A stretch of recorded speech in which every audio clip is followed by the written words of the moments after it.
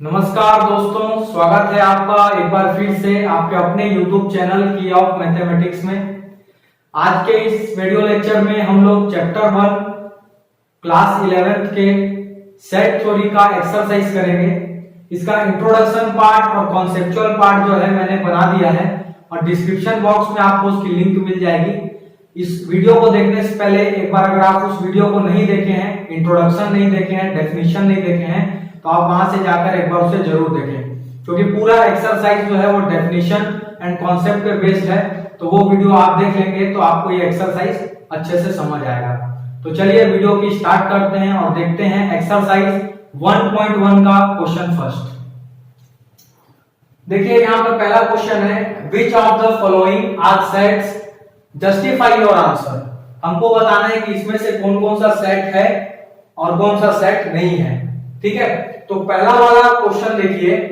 पहला क्वेश्चन क्या लिखा है, the collection of all months of a year beginning with letter J. एक साल में जितने भी मंथ आते हैं उसमें से जिस मंथ के स्टार्टिंग लेटर में जे आता है, जैसे कि जनवरी, जून, जुलाई, ये जो 3 मंथ हैं इसी में जे आता है, तो उसका कलेक्शन हम बना सकते हैं। और ये वेल डिफाइंड भी है। सेट कौन होता है? सेट वो होता है जो कलेक्शन हो किसका, वेल डिफाइंड ऑब्जेक्ट्स का। तो इनमें से जो वेल डिफाइंड होगा वही सेट बनेगा और जो वेल डिफाइंड नहीं है वो सेट नहीं बनेगा। तो ये चीज हमारे लिए वेल डिफाइंड है। ठीक है, तो ये पहला वाला क्या हो गया, यस। ठीक है, ये वाला पहला क्या है, सेट है। दूसरा देखते हैं, the collection of 10 most talented writers of India. Collection of 10 most talented. अब देखिए टैलेंटेड वर्ड ये अपने आप में वेल डिफाइंड नहीं है, ये पर्सन टू पर्सन वेरी होता है ना। हर पर्सन के लिए टैलेंटेड कोई और मतलब चेंज हो सकता है, तो ये वेल डिफाइंड नहीं है, तो ये सेट नहीं कहलाएगा, नो। ठीक है, तीसरा देखिए, a team of 11 best cricket batsman of the world. अब यहां पर देखिए, अब वर्ल्ड में जो बेस्ट क्रिकेट बैट्समैन है ये भी एक वेल डिफाइंड ऑब्जेक्ट नहीं होगा। ठीक है, क्योंकि बेस्ट क्रिकेटर या बेस्ट बैट्समैन जो है हर इंसान के लिए अलग अलग हो सकता है, तो ये भी सेट नहीं है। इसका आंसर भी क्या आ जाएगा, नो, क्योंकि ये वेल डिफाइंड नहीं है। अब फोर्थ देखिए, the collection of all boys in your class. ठीक है, एक क्लास में या आपके क्लास में जितने भी बॉयज हैं उनका अगर कलेक्शन बनाना है, उनके नाम का कलेक्शन बनाना है अगर, ठीक है, या उनके एज का कलेक्शन बनाना है, किसी भी चीज का कलेक्शन बनाना है, तो ये वेल डिफाइंड है। ठीक है, एक क्लास में जितने बॉयज हैं उनका कलेक्शन बनाना एक वेल डिफाइंड चीज हो गई, तो ये क्या है, सेट होगा, यस। इसके बाद पांचवा देखिए, the collection of all natural numbers less than 100। हमको नेचुरल नंबर का कलेक्शन बनाना है, ऐसे नेचुरल नंबर का कलेक्शन जो कि 100 से कम है, तो ये हम बना सकते हैं। ये वेल डिफाइंड चीज है, 1 2 3 4 से लेकर 99 तक लेकर हम कलेक्शन बना सकते हैं, तो इसका आंसर क्या आ जाएगा, yes, it is well defined, तो यह सेट होगा। 6th नंबर देखिए कि a collection of novels written by the writer Munshi Premchand. ठीक है, राइटर मुंशी प्रेमचंद जी के द्वारा जितने भी नॉवेल्स लिखे गए हैं उन नॉवेल्स का हम कलेक्शन बना सकते हैं क्या, तो बिल्कुल बना सकते हैं, ये वेल डिफाइंड है। उन्होंने जितने भी नॉवेल्स बनाए हैं उनको हम कलेक्ट कर सकते हैं, वो कभी भी पर्सन टू पर्सन चेंज नहीं हो जाएगा। ठीक है, अगर जो नॉवेल मुंशी प्रेमचंद जी ने बनाया है वो उन्हीं के नाम से ही जाना जाएगा, वो चेंज नहीं हो सकता, तो ये क्या चीज है, वेल डिफाइंड है, तो ये सेट होगा। ठीक है, क्वेश्चन 7 देखिए, the collection of all even integers. जितने भी इवन इंटीजर्स हैं उनका हमको अगर कलेक्शन बनाना है तो क्या ये जो है वेल डिफाइंड होगा, तो बिल्कुल होगा। इवन इंटीजर्स, इंटीजर्स मतलब क्या होता है, all whole numbers and their negatives. हमको इवन इंटीजर्स लेने हैं, तो +2 -2 +4 -4 +6 -6 ऐसे करके हम कलेक्शन बना सकते हैं, ये सब के लिए वेल डिफाइंड है, तो ये क्या चीज हुआ, ये सेट होगा, इसका आंसर भी यस आ गया। 8th वाला देखिए, the collection of questions in this chapter. हम जो चैप्टर पढ़ रहे हैं सेट्स चैप्टर, इसमें जितने भी क्वेश्चन हैं क्या हम उसका कलेक्शन बनाना चाहें तो बना सकते हैं, तो बिल्कुल बना सकते हैं। सभी के पास सेम बुक होती है एनसीईआरटी की, ठीक है। तो उसके अगर आप चैप्टर के क्वेश्चन बनाएंगे तो वो वेल डिफाइंड है, वो पर्सन टू पर्सन चेंज नहीं हो सकता, इसीलिए ये क्या चीज है, सेट होगा। अब नाइन्थ वाला देखिए, collection of most dangerous animals of the world. World में जो डेंजरस, सबसे ज्यादा डेंजरस एनिमल्स हैं उनका कलेक्शन बनाना है। तो ये भी पर्सन टू पर्सन वेरी करता है कि किसके लिए कौन सा एनिमल सबसे ज्यादा डेंजरस है। तो ये वेल डिफाइंड नहीं है, तो ये भी सेट नहीं होगा, इसका आंसर आ गया नो। तो इस तरीके से आपको सभी में ये पहचानने आना चाहिए कि कौन सा सेट है कौन सा नहीं है। जो वेल डिफाइंड होगा वही सेट है, जो वेल डिफाइंड नहीं है वो सेट नहीं होगा। तो आइए अब आगे बढ़ते हैं क्वेश्चन नंबर सेकंड में। आइए देखें क्वेश्चन सेकंड। क्वेश्चन सेकंड बोलता है कि let A is equal to, A हमारा सेट है, इस सेट के अंदर में देखो कुछ एलिमेंट्स हैं 1 2 3 4 5 6। Insert the appropriate symbol belongs to or not does not belongs to in the blank spaces. ये दोनों सिंबल को मैंने समझाया है इंट्रोडक्शन पार्ट में कि ये क्या रिप्रेजेंट करता है, बिलोंग्स टू को, और ये रिप्रेजेंट करता है डज नॉट बिलोंग्स टू को। तो हमको यहाँ पे ब्लैंक स्पेसेस में इन दोनों में से सिंबल लगाना है जो करेक्ट है। तो देखिए हम देखते जाएंगे 5 और ए। 5 ए के अंदर का एलिमेंट है क्या, चेक कर लेते हैं। तो 5 सेट ए में बिलोंग कर रहा है, तो हम यहाँ पर बिलोंग्स टू का साइन लगाएंगे, 5 बिलोंग्स टू ए, ठीक है। सेकंड में चलते हैं, 8 ए के अंदर बिलोंग कर रहा है क्या, तो देखिए सेट ए के अंदर 8 एलिमेंट नहीं है, तो यहां पर हम क्या लिखेंगे, डज नॉट बिलोंग्स टू, ठीक है, नहीं कर रहा बिलोंग तो नहीं लिखेंगे। यहां पर 0 को देख लीजिए, 0 ए में बिलोंग कर रहा है कहीं, नहीं 0 है ही नहीं, तो यहां पर भी डज नॉट बिलोंग्स टू, ठीक है। 4 बिलोंग कर रहा है तो यहां पे 4 बिलोंग्स टू, एंड 2 भी बिलोंग कर रहा है तो 2 बिलोंग्स टू, एंड 10 जो है वो कहीं पर भी नहीं है तो 10 डज नॉट बिलोंग्स टू, ठीक है। ये सिंपली आपको इस नोटेशन को समझाने के लिए है कि अगर कोई एलिमेंट किसी सेट में होगा या उस सेट का एलिमेंट है तो हम बिलोंग्स टू से रिप्रेजेंट करेंगे, और नहीं है तो डज नॉट बिलोंग्स टू से रिप्रेजेंट करेंगे। बात समझ आ गई। आइए देखते हैं क्वेश्चन 3। क्वेश्चन 3 देखिए यहां पर क्या बोलता है, write the following in roster form. ये जो हमको कुछ सेट्स दिए हैं, 6 क्वेश्चन हैं, सभी में सेट बिल्डर फॉर्म को बताया है ना, सेट बिल्डर फॉर्म में दिया है, हमको उसको रोस्टर फॉर्म में बदलना है, रोस्टर मतलब एलिमेंट फॉर्म में, ठीक है। तो ये पहला क्वेश्चन बोलता है कि set A is equal to x type के एलिमेंट जिसमें such that x is an integer, x integer है और वो x -3 से बड़ा है और 7 से छोटा है। तो हमको इसको उसमें देना है रोस्टर फॉर्म में। तो देखिए कैसे बनाएंगे, set a is equal to, अब हमको दो बातें ध्यान रखना है, हमको x जो है वो इंटीजर लेना है, इंटीजर होना चाहिए, और -3 से बड़ा और 7 से छोटा होना चाहिए। तो -3 से बड़ा कौन सा इंटीजर आता है, -2 आता है, उससे बड़ा -1 आता है, उससे बड़ा 0 आता है, उससे बड़ा 1 2 3 4 5 6, बस इससे आगे नहीं लिख सकते, ठीक है। क्योंकि अगर यहां पर मान लीजिए मैं 7 लिख दिया तो ये गलत हो जाएगा, क्योंकि इसने बोला है 7 से छोटा होना चाहिए, ठीक है। तो 7 से छोटा 6 है तो 6 तक लिखेंगे, और यहां पर दूसरी कंडीशन -3 से बड़ा होना चाहिए, तो -3 को नहीं लिखेंगे यहां पे, है ना, -3 से बड़ा, -2 से स्टार्ट होता है इंटीजर, तो ये बन गया हमारा रोस्टर फॉर्म। इसी तरीके से क्वेश्चन सेकंड देखिए, क्वेश्चन सेकंड में बोल रहा है कि b is equal to x such that x is a natural number. इस बार हमको नेचुरल नंबर लेना है जो कि लेस देन 6 होना चाहिए, 6 से कम लेना है और नेचुरल लेना है। तो नेचुरल नंबर की स्टार्टिंग 1 से होती है, हमको 1 2 3 4 5 तक लेना है, क्योंकि 6 नहीं ले सकते क्योंकि 6 से लेस देन बोला है, तो 5 तक लेकर छोड़ देंगे। ये बन गया रोस्टर फॉर्म। अब आ जाइए क्वेश्चन 3 में।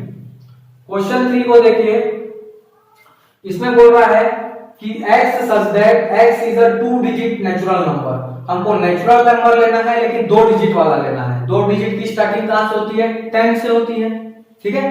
10 से लेकर 99 तक होते हैं 2 डिजिट नंबर। ठीक है। लेकिन साथ ही साथ उसने एक और कंडीशन भी दिया है कि such that the sum of its digit is 8, और उनके डिजिट का जो सम है वो 8 होना चाहिए। बात समझ आ रही है? 2 डिजिट का नेचुरल नंबर लेना है, लेकिन होना क्या चाहिए? दोनों डिजिट का सम 8 होना चाहिए। तो चलो यहां लिखते हैं। देखो, अगर आप 10 से स्टार्टिंग करोगे तो 10 में 1 और 0 होता है, 1 और 0 का सम 1 आएगा।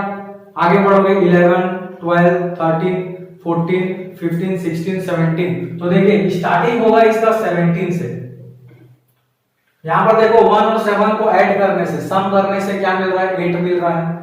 उसी तरीके से फिर आगे बढ़िए, 18, 19 में तो कहीं मिलेगा नहीं, सीधा कहां मिलेगा? फिर ये 26 में मिलेगा।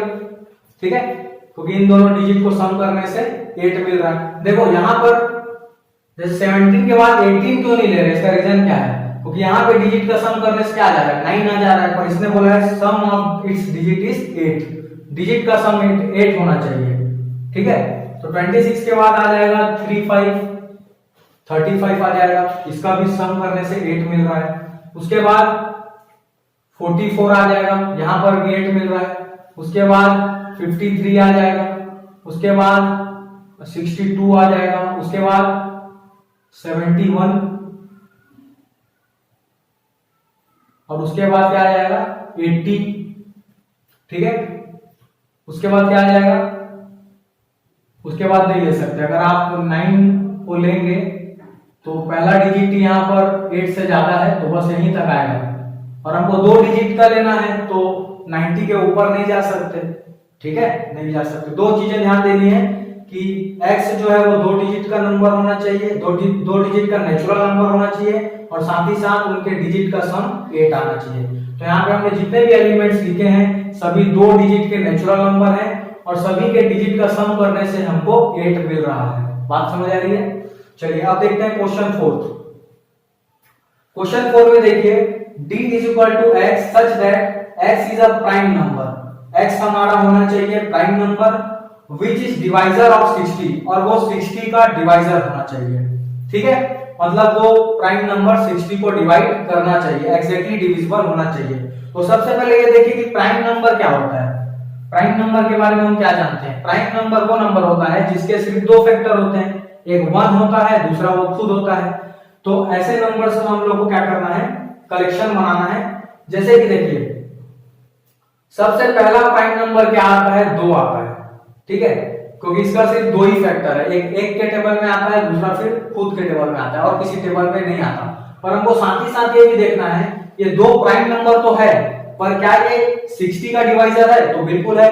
हम 60 को 2 से डिवाइड करेंगे तो पूरी तरीके से डिवाइड हो जाएगा, तो हम इसको इसमें लेंगे, क्योंकि ये दोनों कंडीशन को क्या कर रहा है? फुलफिल कर रहा है।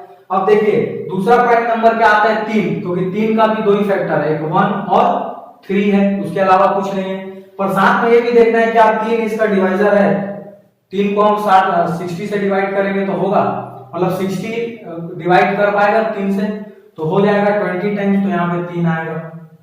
ठीक है, 3 के बाद 4 जो है 4 प्राइम नंबर नहीं है। 4 प्राइम नंबर क्यों नहीं है? क्योंकि 4 के 2 फैक्टर नहीं होते, वो 1 के टेबल में भी आता है, 2 के टेबल में भी आता है, फिर 4 के टेबल में भी आता है। ठीक है, इसका 2 से ज्यादा फैक्टर है, इसलिए 4 प्राइम नंबर नहीं है। जिसके 2 से ज्यादा फैक्टर होते हैं वो कंपोजिट नंबर होता है। ठीक है, तो यहां पर हम 4 को नहीं देखेंगे। देखो रहने के लिए 4 इसका डिवाइजर है। 60 अगर 4 से डिवाइड करें तो 15 बार में डिवाइड हो जाएगा, लेकिन एक ही कंडीशन सेटिस्फाई कर रहा है, प्राइम नंबर वो नहीं है, तो हमको दोनों कंडीशन को लेकर चलना है। अब हम 3 के बाद अगला प्राइम देखेंगे क्या होता है? 5। 5 एक ऐसा प्राइम नंबर है, जब प्राइम नंबर है ये क्योंकि इसका 2 ही फैक्टर है, एक 1 के टेबल में आता है, फिर सीधा 5 के टेबल में आता है, और ये 60 का डिवाइजर भी है। 60 को अगर 5 से डिवाइड करेंगे तो 12 बार में जाएगा, तो ये इसमें आएगा। इसके बाद अगर हम लोग अगले प्राइम नंबर में जाए तो 6 प्राइम नंबर नहीं है, कोई 6 1 के टेबल में, 2 के टेबल में, 3 के टेबल में, 6 के टेबल में आता है, मतलब वो कंपोजिट है। 6 के बाद 7 प्राइम नंबर है। 7 प्राइम नंबर तो है लेकिन वो 60 का डिवाइजर नहीं है, 7 से हम 60 को डिवाइड नहीं कर सकते, 7 इसमें नहीं आएगा। 8 तो कंपोजिट है, 9 भी कंपोजिट है, फिर सीधा कौन सा आएगा? 11, बट 11 भी इसको डिवाइड नहीं कर सकता। ठीक है, उसके बाद 12 क्या हो जाएगा, 12 तो कंपोजिट है, 13 भी इसको डिवाइड नहीं कर सकता, 13 प्राइम है पर 60 को डिवाइड नहीं कर सकता। फिर 14 देखोगे तो 14 भी नहीं करेगा, 14 खुद कंपोजिट है। उसके बाद 15, 16, 17, सीधा 17 प्राइम आ रहा है, वो भी इसको डिवाइड नहीं कर सकता, ठीक है। उसके बाद और सोचिए, अगर आपको जानना है, डायरेक्टली जानना है कि इसका डिवाइजर कौन है और कौन सा प्राइम नंबर इसका डिवाइजर है, तो सिंपल सा एक और ट्रिक है कि हम 60 का फैक्टर निकाल के देख सकते हैं। इसको 2 से डिवाइड कीजिए 30 टाइम्स गया, फिर 2 से डिवाइड कीजिए 15 टाइम गया, फिर 3 से डिवाइड कीजिए 5 टाइम्स गया, और फिर 5 से डिवाइड कीजिए 1 टाइम गया। तो ये आपको डायरेक्टली बता दे रहा है कि 60 के प्राइम फैक्टराइजेशन में कौन कौन से नंबर आ रहे हैं, 2 आ रहा है, 3 आ रहा है और 5 आ रहा है। तो इन तीनों के अलावा और कोई भी ऐसा नंबर होगा ही नहीं, ठीक है, बात समझ आ गई। तो इस तरीके से हम इसका पता लगा सकते हैं। अब देखिए इसके आगे चलते हैं, इसके आगे देखिए question 5, E is equal to the set of all letters in the word trigonometry। Trigonometry word में जितने भी लेटर्स हैं उनका हमको सेट बनाना है। तो चलिए बनाते हैं क्वेश्चन 5।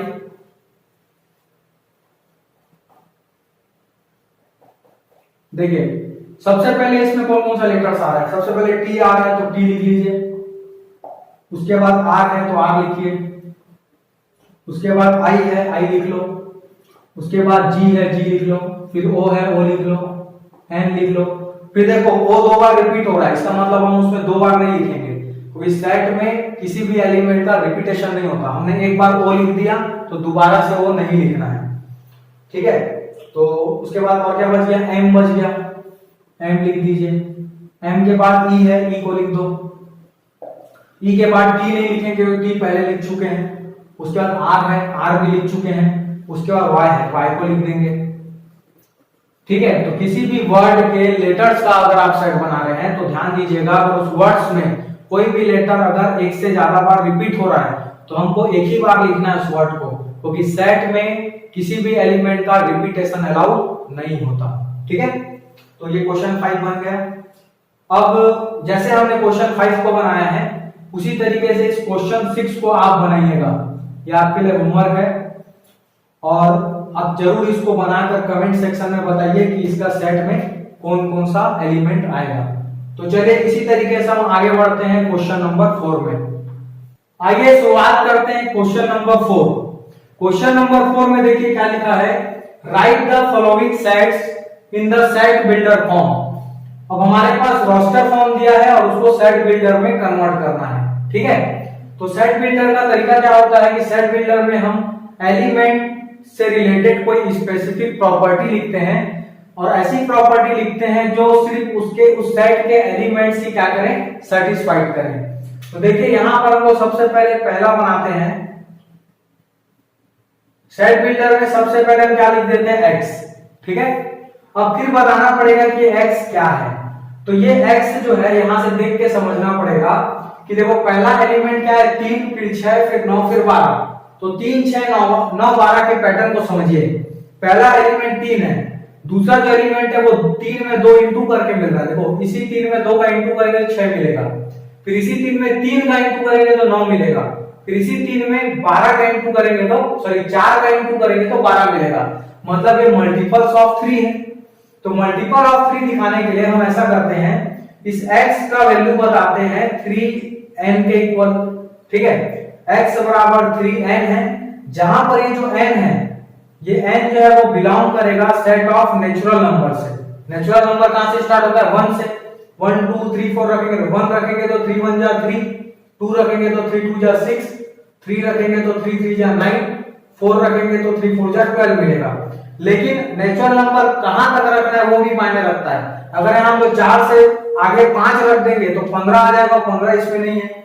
तो हमको n के रिस्ट्रिक्शन को बताना पड़ेगा कि n हमको 5 से कम रखना है, 5 नहीं रखना है, ना 5 से ज्यादा भी नहीं रखना है, 5 से कम रखना है। 5 से कम सिर्फ 4 ही नेचुरल नंबर होते हैं, 1 2 3 4, और इन चारों नंबर को यहाँ रखकर हमारा रोस्टर फॉर्म रेडी हो जाएगा। तो ये जो हमने बनाया सेट बिल्डर फॉर्म, ये सिर्फ इन्हीं 4 एलिमेंट को सेटिस्फाइड कर रहा है, इसके अलावा कोई एलिमेंट और नहीं आएगा। तो ये बन गया पहला क्वेश्चन। ठीक है, अब आइए दूसरा क्वेश्चन देखते हैं। दूसरे क्वेश्चन में कुछ इस प्रकार से है 2, 4, 8, 16, 32। तो ये मल्टीपल्स तो लग नहीं रहे हैं, क्योंकि देखो एग्जैक्टली मल्टीपल नहीं है। देखो 2 के बाद 4, फिर 2 के बाद फिर 4 के बाद 8 लिखा है, फिर 16 लिखा है, फिर 32 लिखा है। तो ये एक प्रकार से देखा जाए तो देखो यहां पर समझना है हम लोग को कि ये 2 है और ये 4 जो है 2 का स्क्वायर है, और ये 8 जो है ये 2 का क्यूब है, और 16 जो है वो 2 का पावर 4 है, और 32 क्या है 2 का पावर 5 है, और इसके पावर में कुछ नहीं है, मतलब 1 है। कुछ इस पैटर्न में यहाँ पर दिया हुआ है, 2 के पावर्स हैं जो बढ़ते जा रहे हैं, और कहां तक जा रहे हैं, पावर 5 तक जा रहे हैं। ठीक है, तो हम यहाँ पर कुछ इस प्रकार से लिखेंगे कि x सच दैट x बराबर 2 का पावर n, क्योंकि देखो 2 तो चेंज नहीं हो रहा है कहीं पर भी, 2 तो कॉमन है, चेंज कौन हो रहा है, पावर्स चेंज हो रहे हैं। तो पावर को हमने वेरिएबल ले लिया n। अब इस n के बारे में बताना है, ये n कहां से आएगा, तो ये n भाई नेचुरल नंबर से आ रहा है। ठीक है, उसके बाद कहां तक लेना है नेचुरल नंबर, तो 5 तक लेना है, 5 से ज्यादा नहीं लेना है। तो हमको यहाँ पे लिख देना है n की वैल्यू 6 से छोटी होनी चाहिए। 6 से छोटी बोलते हैं मतलब 5 तक ही होगा, 5 से बड़ा नहीं हो सकता। तो देखिए ये जो बिल्डर फॉर्म बना है ये इस वाले सेट को रिप्रेजेंट कर रहा है। ठीक है, जैसे ही आप यहाँ से नेचुरल नंबर रखना पुट करोगे, 1 रखोगे तो पहला एलिमेंट, 2 रखने से दूसरा एलिमेंट, 3 रखने से तीसरा, 4 रखने से चौथा, 5 रखने से पांचवा, और 6 रख नहीं सकते क्योंकि 6 से छोटा रखना है, हम बोल चुके हैं। ठीक है, अब आते हैं क्वेश्चन थर्ड में। क्वेश्चन थर्ड में ध्यान से देखिएगा, ये किस प्रकार से लिखा है। पहला एलिमेंट 5 है, दूसरा 5 का स्क्वायर है, मतलब 5 स्क्वायर 25, और ये जो है 5 का क्यूब है, 5 5 जा 25, 25 5 जा 125, और ये जो है ये 5 का पावर 4 है। ठीक है, तो इस तरीके से अब आपको समझ आ गया होगा इसको कैसे लिखना है। x such that x is equal to 5 to the power n, जहां पर n कहां से आना चाहिए, नेचुरल नंबर से, और n जो है वो 5 से छोटा होना चाहिए, 5 या 5 से बड़ा नहीं रख सकते, 4 तक रखना है। ठीक है, उसी तरीके से देखो आगे बढ़ते हैं क्वेश्चन 6 पे। अब यहां पर देखना है आपको, ये तीनों तो फाइनाइट सेट है, ये कहीं ना कहीं जाके रुक जा रहे हैं इसके एलिमेंट, पर चौथा वाला जो दिया है ये इनफाइनाइट सेट है। देखो 2 4 6 करते हुए फिर कहां तक जाएगा ये हमको नहीं बताया है, तो यहाँ पर हमको इस प्रकार की रिस्ट्रिक्शन लगाना नहीं पड़ेगा। सिर्फ हम देखेंगे क्या चीज कि ये सारे इवन नंबर्स हैं या 2 के मल्टीपल्स हैं बोल सकते हैं। देखिए 2 1 जा 2, 2 2 जा 4, 2 3 जा 6, 8 10 ऐसा चलेगा ये। तो हम यहाँ पर सिंपली क्या करेंगे, x such that x is equal to 2n लिख देंगे। ठीक है, जहां पर n कहां से आएगा, नेचुरल नंबर से आएगा, और कोई रिस्ट्रिक्शन इसमें नहीं लगाना है, क्योंकि n को हम जहां तक चाहे रख सकते हैं, क्योंकि ये सेट भी फाइनाइट नहीं है, इनफाइनाइट है, जहां तक जाएगा हमको नहीं पता। तो यहाँ रखते जाएंगे, 1 रखेंगे तो 2 1 जा 2, 2 रखेंगे 2 2 जा 4, 3 रखेंगे 2 3 जा 6, 4 5 6 7 कंटिन्यू रखते जाएंगे, और ये सेट आगे बढ़ते जाएगा। ठीक है, तो ये वाला हमारा फोर्थ हो गया। देखो इसी तरीके से क्वेश्चन 5 को देखिए। क्वेश्चन 5 में कुछ इस प्रकार से लिखा है, देखो पहले लिखा है 1 4 9, फिर लास्ट वाला भी बता दिया लास्ट में कितना है 100। तो अगर इसको ध्यान से समझें तो 1 जो है 1 का स्क्वायर कह सकते हैं, इसको 1 का स्क्वायर 1 होता है। 4 जो है उसको हम लोग 2 का स्क्वायर बोल सकते हैं। 9 जो है उसको हम लोग 3 का स्क्वायर बोल सकते हैं।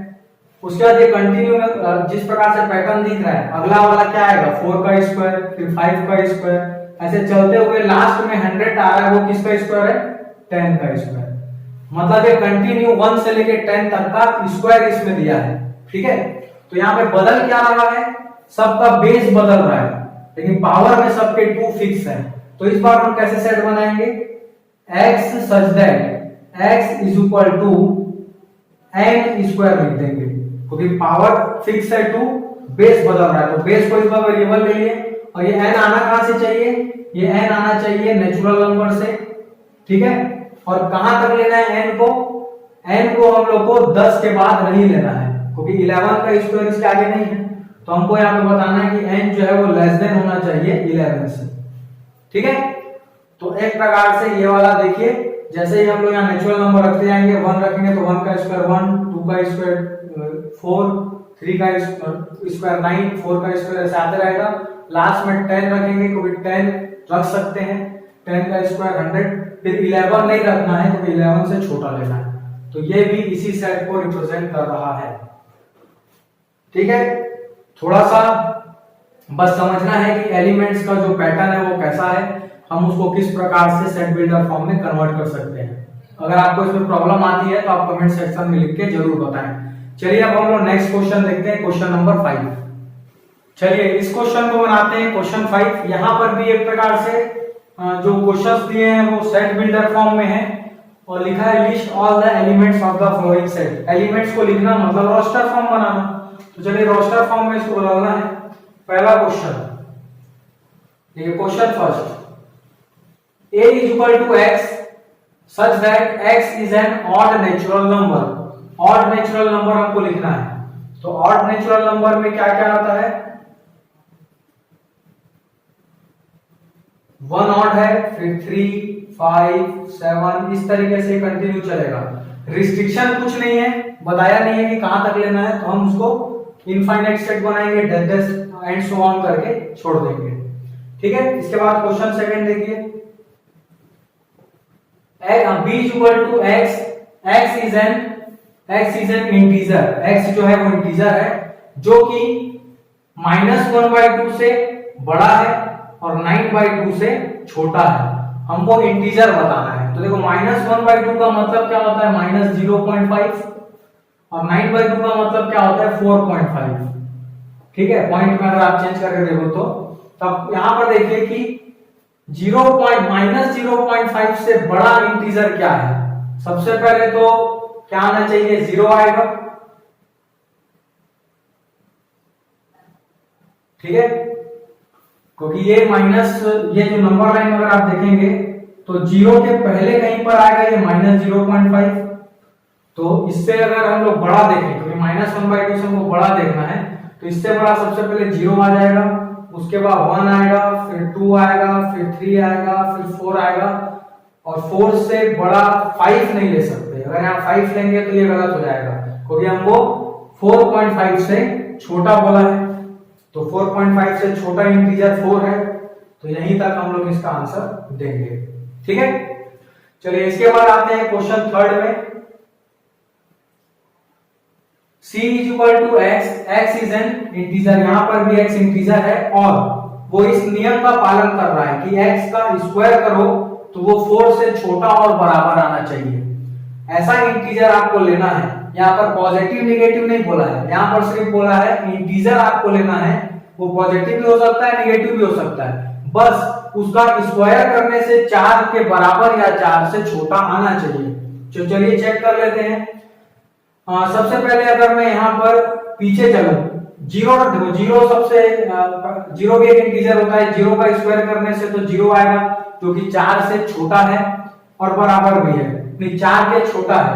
तो यहाँ पर हम लोग सबसे पहले 0 तो दिखाएंगे, ठीक है, 0 दिखा सकते हैं। अब दूसरी चीज 1, अगर 0 से बड़ा 1 दिखाता हूं तो 1 का स्क्वायर करने से 1 आ रहा है जो कि 4 से छोटा है। ठीक है, तो 1 इसमें आएगा। और अगर मैं -1 अगर रखता तब भी -1 का स्क्वायर करने से क्या आ रहा है, +1 आ रहा है।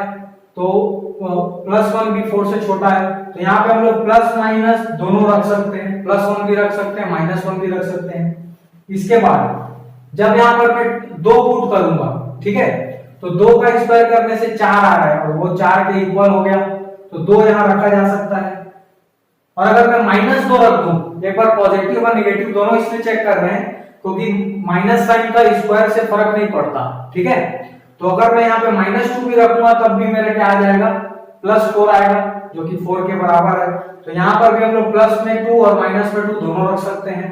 ठीक है, अब अगर मैं 3 में जाता हूं या फिर -3 रखता हूं तो 3 का स्क्वायर करने से 9 आ जाएगा और 9 4 से छोटा नहीं है, ना ही बराबर है, और -3 रखने से भी 9 ही आएगा। तो जैसे ही आप 2 से बड़ा रखना चालू करोगे, 3 4 6, भले चाहे प्लस में रखो चाहे माइनस में रखो, वो 4 के बराबर भी नहीं आएगा और उससे छोटा भी नहीं आएगा। तो सिर्फ इतने ही वैल्यू इसमें आएंगे। कितने वैल्यू देखो, 0 +1 -1 +2 -2। आप इसको लिस्टिंग करके अलग भी लिख सकते हो, -1 -2 0 1 2 फैला के भी लिख सकते हैं। तो ये बन गया क्वेश्चन 3। अब देखिए क्वेश्चन नंबर 4। क्वेश्चन डी में क्या बोल रहा है कि x such that x is a letter in the word loyal। Loyal के लेटर्स का क्या बनाना है हम लोग को, सेट बनाना है। तो बना लेते हैं क्वेश्चन नंबर 4। देखिए इसमें सबसे पहले लॉयल वर्ड में L आ रहा है, दूसरा वर्ड O आ रहा है, Y आ रहा है और A आ रहा है। फिर से एक बार L आ रहा है बट हम उसको रिपीट नहीं लिखेंगे क्योंकि सेट में एलिमेंट का रिपीटेशन अलाउड नहीं होता। ठीक है, चलिए अब हम लोग देखते हैं क्वेश्चन 5। क्वेश्चन 5 में देखिए E = x such that x is a month of a year not having 31 days। ऐसे मंथ का कलेक्शन बनाना है जो कि 31 डेज जिसमें नहीं होता। तो इसको चेक करते हैं हम लोग। देखो छोटे क्लासेस में हमने ये सीखा था इस तरीके से कि जो पार्ट हमारा ऊपर की ओर उठा है वहां से हम लोग मंथ को काउंट करते हैं। जो ऊपर उठा है वो 31 है और जो नीचे जाएंगे तो फिर वो 31 नहीं होगा। तो यहां से देखो जनवरी, फरवरी, ये फरवरी आ जाएगा इसमें। ठीक है, उसके बाद फिर अगर मार्च में जाएंगे तो फिर उड़ जाता है, तो इसको नहीं लेना है। फिर मार्च अप्रैल में फिर नहीं होता, 31 डेज है ना। अप्रैल के बाद फिर मई में फिर 31 डेज होता है। मई को छोड़ दो, फिर आ जाएगा जून को लिख सकते हैं। फिर जून के बाद इधर जुलाई जाओगे, जुलाई में भी 31 डेज, फिर घूम के इधर आओगे अगस्त में भी 31 डेज। उसके बाद क्या आ जाएगा सितंबर, तो सितंबर लेना है। फिर सितंबर के बाद अक्टूबर में फिर 31 डेज, फिर आ जाएगा नवंबर। ठीक है, नवंबर में 31 डेज नहीं होते।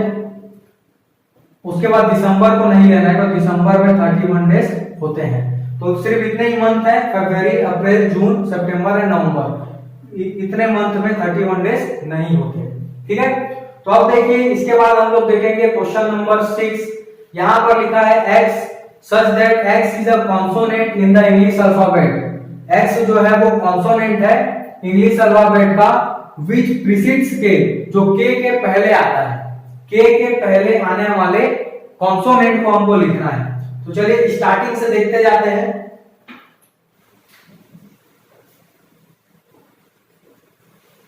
देखो सबसे पहले यहां पर क्या आ जाएगा, सबसे पहले स्टार्टिंग ए से देखेंगे तो ए तो वॉवेल है, तो ए नहीं आएगा। ए के बाद कौन आ जाएगा, बी कॉन्सोनेंट है, सी कॉन्सोनेंट है, डी कॉन्सोनेंट है, डी के बाद ई वॉवेल हो जाएगा, एफ कॉन्सोनेंट है, जी कॉन्सोनेंट है, एच कॉन्सोनेंट है, फिर एच के बाद आई जो है वो वॉवेल है, आई के बाद जे कॉन्सोनेंट है, और जे के बाद के नहीं लिख सकते, के के पहले बोला है, तो के के पहले जितने भी कॉन्सोनेंट है वो सभी हमने यहाँ पे नोट कर दिया। ठीक है, चलिए अब आगे देखते हैं हम लोग इस एक्सरसाइज का last question. Match each of the set on the left in the roster form with the same set on the right described in set builder form.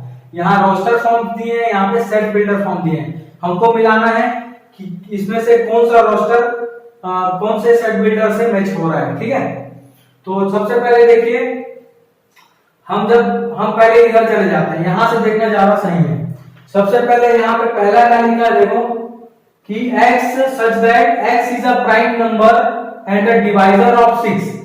Prime number होना चाहिए और डिवाइजर होना चाहिए 6 का। तो सबसे पहले देख लो, इस पहले में सभी प्राइम है क्या, 6 प्राइम नहीं है, तो पहला वाला यहीं से ही कैंसिल हो गया। ठीक है, हमारा पहला यहाँ पे कंडीशन क्या है कि x प्राइम होना चाहिए। हम दूसरी कंडीशन तो बाद में देखेंगे, पहली कंडीशन देखो सारे एलिमेंट में सेटिस्फाइड की क्या, नहीं 6 प्राइम नहीं है, तो पहला वाला ये नहीं हो सकता। दूसरे में आ जाओ, ये दोनों प्राइम है।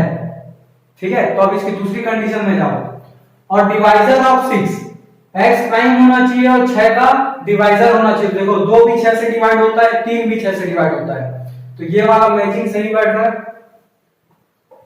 ठीक है, अब देखिए दूसरा वाला, x जो है वो एक ऑड नेचुरल नंबर होना चाहिए, ऑड नेचुरल नंबर होना चाहिए और लेस देन 10 होना चाहिए। ठीक है, तो यहाँ पर सबसे पहले देख लो सभी ऑड है या नहीं है, यहाँ पर ये तो इवन है, तो पहला आंसर इसका नहीं हो सकता।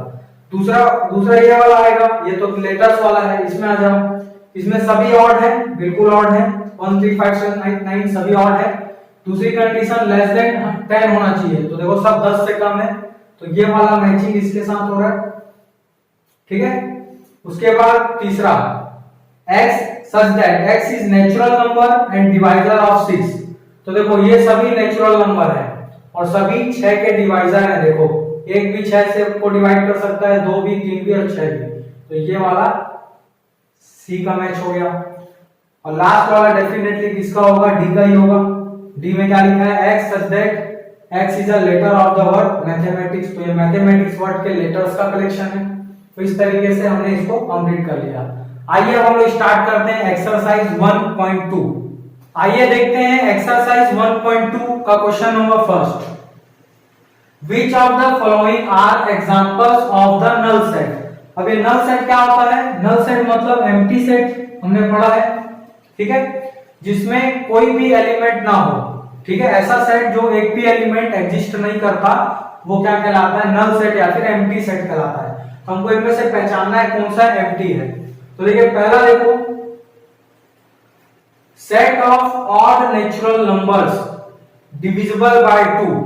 अगर हम ऐसा सेट बना रहे हैं जो ऑड नेचुरल नंबर्स का है और साथ ही साथ ऐसे ऑड नेचुरल नंबर होने चाहिए जो 2 से डिविजिबल हो, तो क्या ये पॉसिबल है कि किसी भी ऑड नंबर को हम लोग 2 से डिवाइड कर सकते हैं? नहीं कर सकते। सारे इवन नंबर्स ही 2 से, इवन नंबर्स ही जो होते हैं वो 2 से डिविजिबल होते हैं। तो इसमें ऐसा कोई भी ऑड नेचुरल नंबर नहीं मिलेगा आपको जो कि 2 से डिविजिबल हो।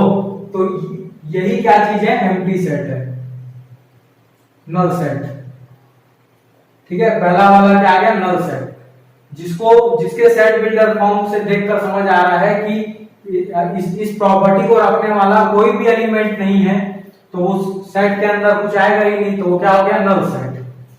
अब दूसरा देखो, set of even prime numbers, ठीक है। तो इवन प्राइम नंबर होना चाहिए और इवन होना चाहिए। तो इवन प्राइम नंबर सिर्फ एक ही होता है, कौन सा, 2। तो कम से कम एक एलिमेंट तो इसमें आ रहा है, तो ये नल सेट नहीं हो सकता, ये सिंगलटन सेट हो गया, ठीक है। तो ये नल सेट नहीं है, ठीक है। नल सेट कब कब होता है, जब इसमें एक भी एलिमेंट नहीं होता, और इसमें कम से कम एक एलिमेंट तो आ ही गया, तो ये एम्प्टी सेट नहीं हो सकता। अब आ जाते हैं क्वेश्चन तीसरे में, x such that x is a natural number, x क्या है, नेचुरल नंबर है। कैसा नेचुरल नंबर है, जो 5 से छोटा हो और 7 से बड़ा हो, दोनों कंडीशन यहाँ पर सेटिस्फाइड करनी चाहिए और वो नेचुरल होना चाहिए। तो देखिए 5 से छोटा जाओगे तो आपको 4 मिलेगा, ठीक है, पर ये 7 से बड़ा तो नहीं है, 4 तो 7 से बड़ा नहीं है। लेकिन अगर आप इसकी कंडीशन को फॉलो करने जाओगे कि 7 से बड़ा लेना है, तो अगर आप 8 ले लिए तो फिर ये 5 से छोटा नहीं है। कहने का मतलब ये हुआ कि ये दोनों प्रॉपर्टी एक साथ कंटेन नहीं हो सकती। जो वैल्यू 5 से छोटी होगी वो 7 से बड़ी तो हो नहीं सकती, और जो 7 से बड़ी होगी वो 5 से छोटी नहीं हो सकती। इसीलिए ये इसमें कोई भी एलिमेंट नहीं आएगा, तो ये वाला होगा नल सेट, ठीक है। आई होप आपको क्लियर हुआ होगा, इसमें कोई भी एलिमेंट नहीं आएगा। अब चौथा देखो, y such that y is a point common to any two parallel lines। अब देखिए पैरेलल लाइन क्या होता है, पैरेलल लाइन ऐसी दो लाइंस होती है जो आपस में कभी भी एक दूसरे को इंटरसेक्ट नहीं करती, कहीं पर भी जाके एक दूसरे को इंटरसेक्ट नहीं करती। और जब ये दोनों लाइन पैरेलल है और एक दूसरे को इंटरसेक्ट ही नहीं करेगी, तो दोनों में कॉमन पॉइंट एक भी नहीं आएगा, सीधी सी बात है, ठीक है। इसके सारे पॉइंट्स अलग हैं और इसके सारे पॉइंट्स अलग हैं, दोनों में कोई भी कॉमन पॉइंट हो नहीं सकता। तो इसलिए बोल रहा है कि कॉमन पॉइंट होना चाहिए, तो ऐसा कोई भी पॉइंट यहाँ पर हमको नहीं मिल रहा है, इसलिए ये वाला क्या होगा, नल सेट होगा। अगर एक भी पॉइंट हमको कॉमन मिल जाता पैरेलल लाइन में, तब ये नल सेट नहीं होता। तो आई थिंक आपको ये बात समझ आ रही होगी कि एम्प्टी सेट हम उसी को कहेंगे जिसमें एक भी एलिमेंट एग्जिस्ट नहीं करता, ठीक है। तो इनमें से 3 सेट ऐसे हैं जो कि नल सेट है, और सेकंड वाला जो है वो नल सेट नहीं है। चलिए अब आ जाते हैं क्वेश्चन सेकंड में। Which of the following sets are finite and infinite? अब फाइनाइट और इनफाइनाइट सेट के बारे में क्या पढ़े थे? फाइनाइट सेट वो होता है जिसमें नंबर ऑफ एलिमेंट्स को हम लोग काउंट कर सकें, ठीक है। और इनफाइनाइट क्या होता है? जिसमें नंबर ऑफ एलिमेंट्स काउंट नहीं किया जा सकता है, वो कहां तक जाएगा क्लियर नहीं है। तो यहां से पहचान लेते हैं। जैसे पहला वाला देखिए, the set of months of a year, एक साल में जितने मंथ है उसको आप काउंट कर सकते हो, टोटल 12 मंथ होते हैं, तो ये फाइनाइट होगा क्योंकि इसके एलिमेंट्स को हम काउंट कर सकते हैं। दूसरा, ये 1 2 3 नेचुरल नंबर जा रहा है और एंड सो ऑन लिख दिया, तो अभी 1 2 3 होते हुए कहां तक जाएगा हमको पता नहीं है, इसमें एलिमेंट्स को काउंट नहीं किया जा सकता, तो ये क्या है? इनफाइनाइट। अब ये वाला देखिए 1 2 3 and so on, last term 99 फिर 100, मतलब ये कहीं ना कहीं जाके 100 पे रुक गया, ठीक है। तो 100 तक की वैल्यू को हम लोग काउंट कर सकते हैं, तो ये क्या है? फाइनाइट है, ठीक है। उसके बाद देखिए question 4, the set of positive integers greater than 100। अगर हम लोग पॉजिटिव इंटीजर्स चेक करने जाएंगे 100 से ज्यादा, तो 100 के बाद अगर पॉजिटिव इंटीजर देखोगे तो कौन कौन सा मिलेगा? 101 102 इस तरीके से चलते जाएगा। तो ऐसे तो कई सारे पॉजिटिव इंटीजर्स होंगे जो 100 से ग्रेटर है, तो ये भी क्या हो जाएगा? इनफाइनाइट। इसमें हम लोग एलिमेंट्स को काउंट नहीं कर सकते। अब पांचवा देखिए, the set of prime numbers less than 99, 99 से लेस जितने भी प्राइम नंबर्स हैं, क्या उसे हम काउंट कर सकते हैं, पता लगा सकते हैं टोटल एलिमेंट्स? बिल्कुल लगा सकते हैं। तो यहां पर क्या हो जाएगा? ये फाइनाइट सेट हो जाएगा। 99 से लेस में जितने भी प्राइम नंबर्स हैं उसको हम लोग लिस्टिंग भी कर सकते हैं, काउंटिंग भी कर सकते हैं कि how many numbers, how many elements are in this set, ठीक है। तो इस तरीके से हमने फाइनाइट इनफाइनाइट का पता लगाया। आइए अब देखते हैं क्वेश्चन नंबर 3। क्वेश्चन 3 में फिर से लिखा है कि state whether which of the following set is finite और इनफाइनाइट। अभी भी हमको फाइनाइट इनफाइनाइट का पता लगाना है इस क्वेश्चन में।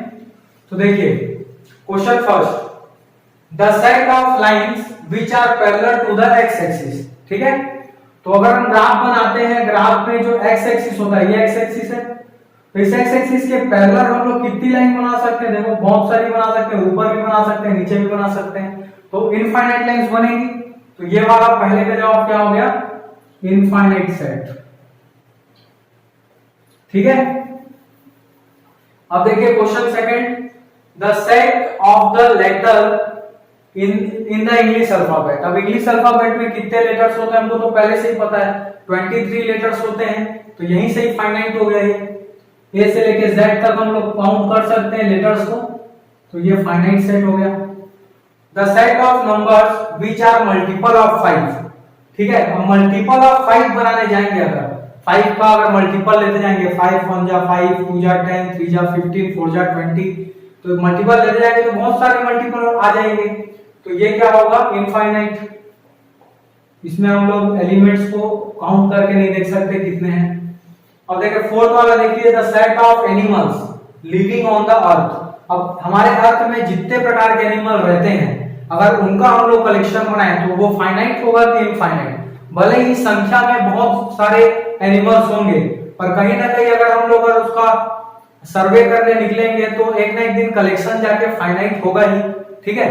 तो ये वाला भी क्या है? फाइनाइट है।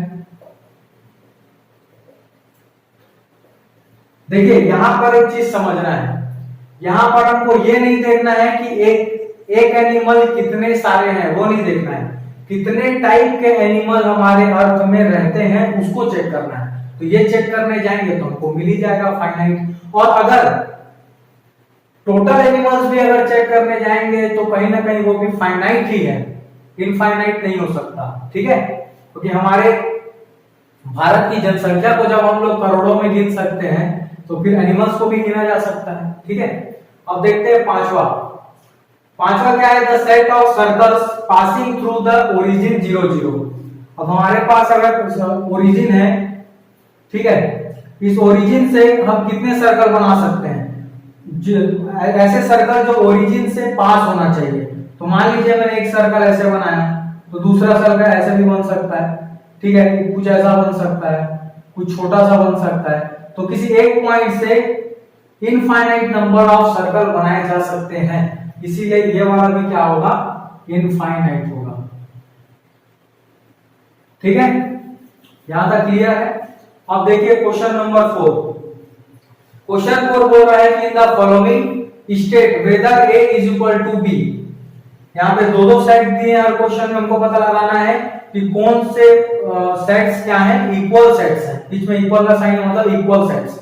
इक्वल सेट की डेफिनेशन में हम लोग पढ़े थे कि दो सेट्स तभी इक्वल होता है जब उन दोनों के नंबर ऑफ एलिमेंट्स तो इक्वल होने ही चाहिए, साथ ही साथ उन एलिमेंट्स की वैल्यू भी सेम होनी चाहिए। आइए चेक करते हैं। पहले वाले में देखो, इसमें भी 4 एलिमेंट है, इसमें भी 4 एलिमेंट है। अब एलिमेंट्स को मैच करो, तो देखो इसमें ए है, इसमें भी ए है, इसमें बी है, इसमें भी बी है, इसमें सी है, इसमें भी सी है, इसमें डी है और इसमें भी डी है। तो देखो दोनों में 4 एलिमेंट्स हैं, वैल्यू भी मैच कर गई, तो पहला वाला इक्वल सेट होगा, फर्स्ट वाला इक्वल सेट होगा। ठीक है, दूसरा वाला देखते हैं।